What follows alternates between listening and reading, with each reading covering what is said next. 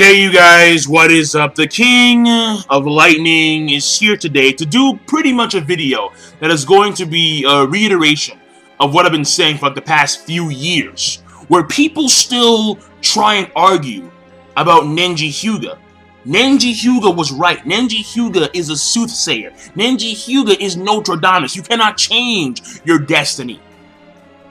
And people want to argue, no, because technically, Naruto, like he chose to work hard, and he chose to go dry on train, and he chose this and that and this and that and this and that and this and that and this. No, false, wrong. No, KO, KIA, DDT, stunner, over. No, done. All right, tombstone, power driver, coffin, 1, 2, 3, tap, done, over. No, you're wrong. You're wrong. And you're wrong by these three things: bloodline, prophecy, and incarnation/reincarnation. Now, I'm going to dive right into this, but before I do, before I pull the Michael Phelps and I dive right in, I'm going to reference two guys, Ranmyaku Joten and the Jorshare. The Jorshare last week made a video about this, and I believe in Ranmyaku Joten's chapter 670 review or 671 review, he mentioned this. And in that video, he actually made a very good point, where Neji was wrong in deducing the destiny of Naruto, where he felt that Naruto was a loser, but he was wrong about that. That's very obvious. But in the grand scheme of things, his notions of destiny were 100% correct. This is fact. On these three things, again, bloodline, prophecy, incarnation/reincarnation. Now, I want to read off some quotes from Neji Hyūga right here during the tuning exams. By the way, these are scanlations. They may not follow the volumes exactly, and I don't know because my volumes of the tuning exams are at my other place, but they should follow along the same lines nonetheless. Now, he says this, all right? It's impossible with that. I can figure it out with these eyes. Talent is decided at your birth. You could say that everything is decided when a person is born. That's quote number one. Now, when it comes to quote number two, he says this: look closer at reality. Those that become Hokage are born into that destiny. You don't become it by trying. It is decided by destiny. People must live within their own unchangeable flow. Only one. The only destiny that every person shares is death. That's number two, the main one. Number three, they were twins. Their strength was virtually the same. Born first, born second.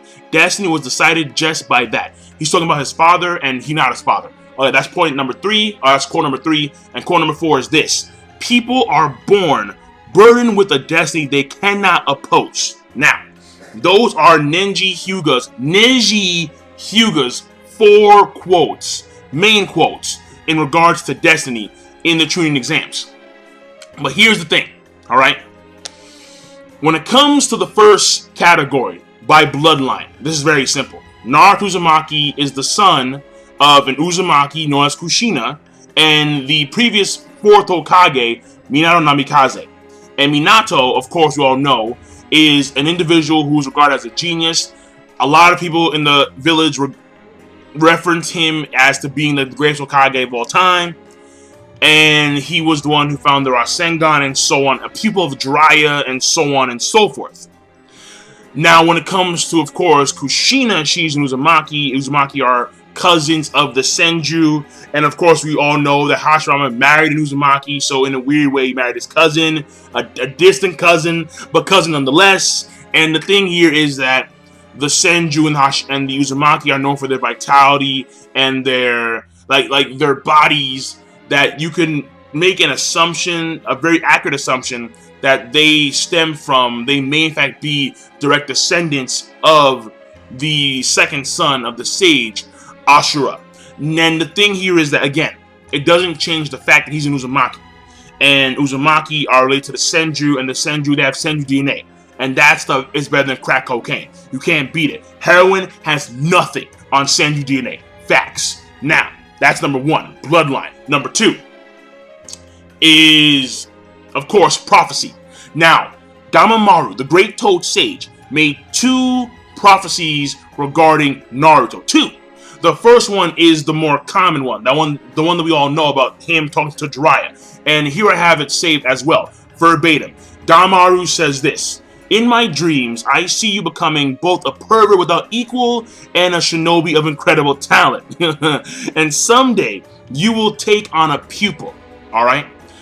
"This pupil will become the harbinger of a great revolution in the world of ninja. I have seen as much in my dreams. They will finally bring peace to the world or utterly destroy it.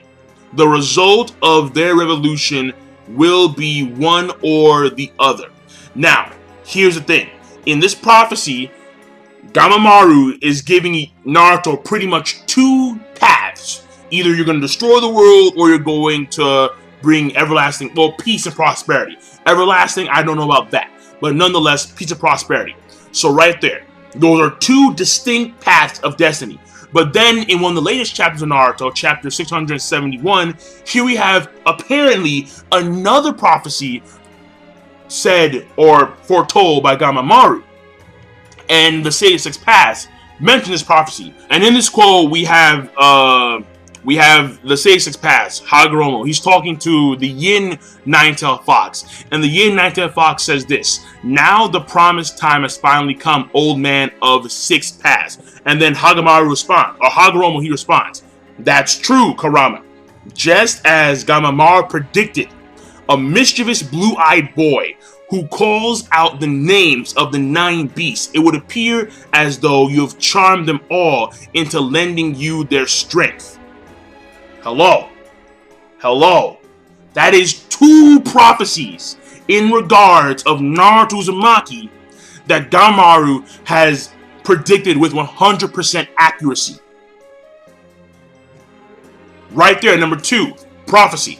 And of course, number 3, the one that was just revealed in, of course, in that same chapter. Naruto is the incarnation/reincarnation of Ashura, the second son of the Sage of 6 Paths. And the thing here is this: when it comes to the quote-unquote differences between Ashura and Naruto, maybe 1 or 2 differences, and that's it. Maybe 1 or 2. And we have Hagoromo. He says, and I quote right here, verbatim, again, chapter 671. Alright? "Unlike the previous predecessors, you've got this strange bit of foolishness to you. And that has possibly given a birth to this different possibility." So apparently the only real difference between Naruto and Ashura is that Naruto is more stupid. Are you kidding me? And when you go even further to the chapter, Naruto tries to counteract this. Naruto says this, alright? "It's true that I probably resemble this guy, Ashura, but I'm a lot different from him. And here's his reasoning why. I'm stupid and a brat, and there are plenty of things I still don't understand."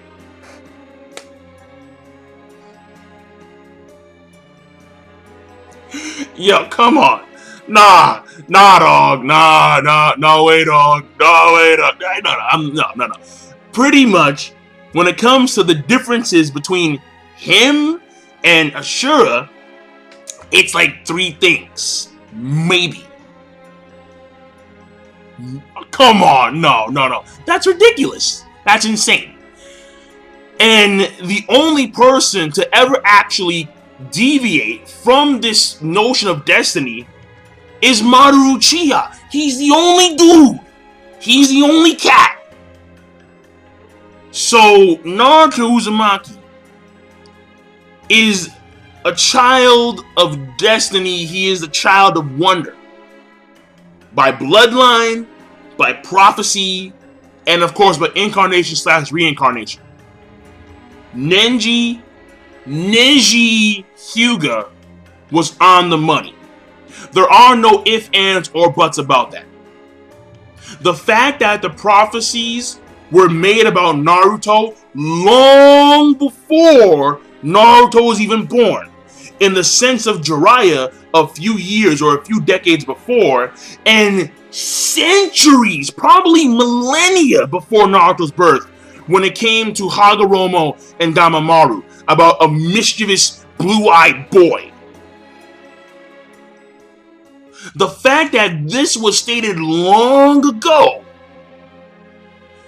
this means that everything Naruto has done, working hard, gathering friends, and so on and so forth, has been a part of this said destiny. And the crazy part here is that when you take a look at what Ashura did and how he gathered people around him, and how he was the sun, and how in a lot of chapters throughout this entire series, Naruto has been regarded as being bright and shining and magnificent. Like, for example, when Karin, when she first sensed Naruto, when she first met him, she said that he was dazzling. Like, his chakra was the complete reverse of Sasuke's. Where Sasuke's was dark, his was shining and bright. Of course, very significant, very symbolic of the sun that's behind Ashura, and that's what's on Naruto's palm right now. This is Destiny 101.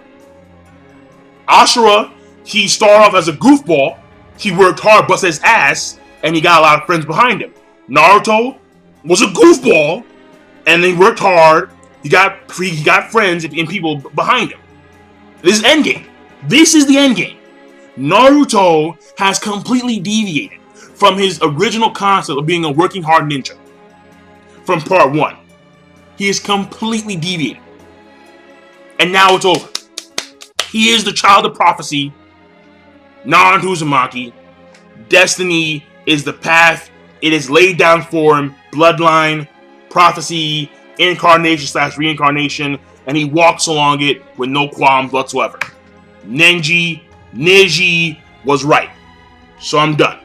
King of Lightning, rate the video, comment, subscribe, peace. Have a nice day.